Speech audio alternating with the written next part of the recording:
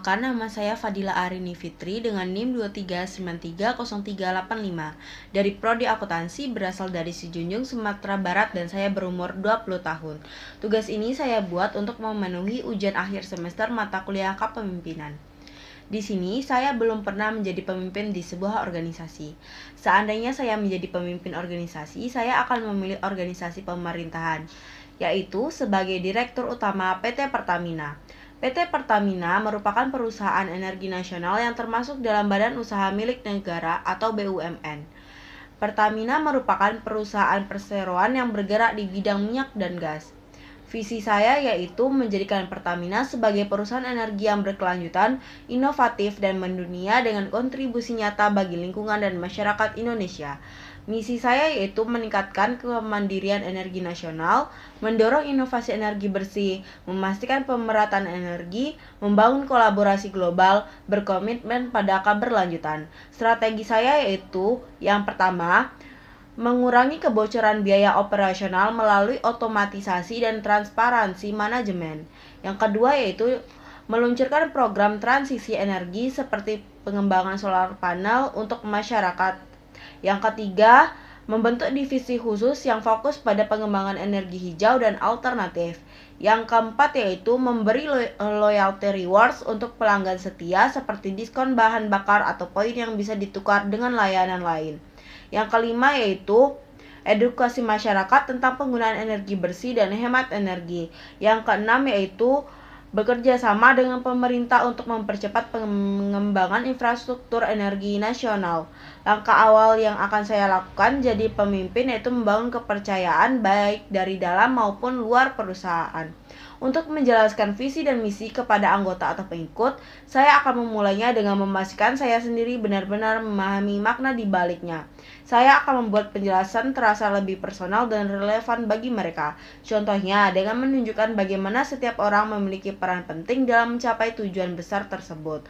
Misalnya, saya bisa mengatakan apa yang kita lakukan hari ini adalah langkah awal untuk membangun Indonesia yang lebih mandiri dalam energi. Setiap tugas kecil yang kalian lakukan adalah bagian penting dari perubahan besar yang kita cita-citakan. Tindakan saya juga akan menjadi cerminan dari visi tersebut kalau saya ingin menanamkan nilai keberlanjutan. Saya sendiri harus menunjukkan komitmen itu seperti memilih solusi ramah lingkungan dalam setiap keputusan. Saya juga akan terus mengingatkan visi melalui cara yang kreatif seperti dalam pertemuan rutin, video inspiratif, atau bahkan hanya lewat kata-kata motivasi sederhana sehari-hari. Menghadapi masalah baik yang datang dari internal maupun eksternal membutuhkan pendekatan yang tenang, terstruktur, dan penuh empati. Langkah pertama adalah memahami inti masalahnya. Saya akan mendalami situasi dengan mendengar langsung dari pihak-pihak yang terlibat, baik karyawan, mitra, maupun pelanggan. Dengan memahami perspektif mereka, saya bisa mengidentifikasi akar penyebab masalah, bukan hanya gejalanya. Untuk masalah internal, misalnya konflik antar divisi, saya akan berusaha menjadi mediator yang netral. Sedangkan untuk masalah eksternal seperti keluhan dari masyarakat atau tekanan dari kompetitor, pendekatan saya adalah transparansi dan komunikasi. Saya akan memilih gaya kepemimpinan demokratis. Alasan memilih gaya kepemimpinan demokratis yaitu gaya kepemimpinan demokratis fokusnya pada kolaborasi, keterbukaan, dan pemberdayaan anggota tim. Saya percaya bahwa setiap orang memiliki pandangan, ide, dan pengalaman berharga yang dapat memperkaya proses pengambilan keputusan.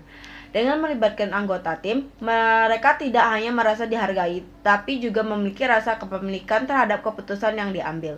Ini meningkatkan motivasi, kreativitas, dan komitmen mereka untuk bekerja menuju tujuan bersama. Selain itu, gaya kepemimpinan ini memungkinkan adanya komunikasi dua arah, di mana pemimpin tidak hanya memberikan arahan, tetapi juga mendengar masukan dari orang lain. Dalam situasi yang kompleks, pendekatan demokratis membantu mendapatkan sudut pandang yang lebih luas sebelum memutuskan langkah terbaik. Cara saya mengambil keputusan dalam menjalankan organisasi adalah dengan pendekatan yang terstruktur, kolaboratif, dan berbasis data. Keputusan yang baik harus mempertimbangkan banyak aspek, mulai dari fakta di lapangan, masukan dari tim, hingga dampaknya terhadap organisasi secara keseluruhan. Cara saya menjalankan proses tersebut yaitu dengan mengumpulkan informasi dan data, kemudian saya akan melibatkan tim dalam diskusi, lalu menganalisis keuntungan kerugian serta risiko dari setiap opsi, serta mengutamakan keseimbangan berbagai faktor seperti kepentingan organisasi, kebutuhan anggota, dan dampaknya terhadap pihak eksternal. Setelah pertimbangan yang matang, saya akan mengambil keputusan dengan tegas. Lalu, saya akan memantau implementasi keputusan untuk memastikan semuanya berjalan sesuai dengan rencana.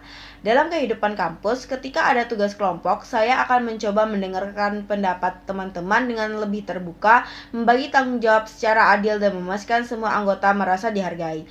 Jika terjadi ketidaksepakatan, saya akan mengajak berdiskusi untuk menemukan solusi bersama. Hal ini tidak hanya membuat pekerjaan lebih mudah selesai, tetapi juga menciptakan hubungan yang lebih baik dengan orang-orang di sekitar saya. Dengan menerapkan prinsip-prinsip kepemimpinan, saya berharap bisa menjadi individu yang lebih berpengaruh secara positif, baik di lingkungan kecil maupun dalam lingkungan yang lebih luas. Terima kasih.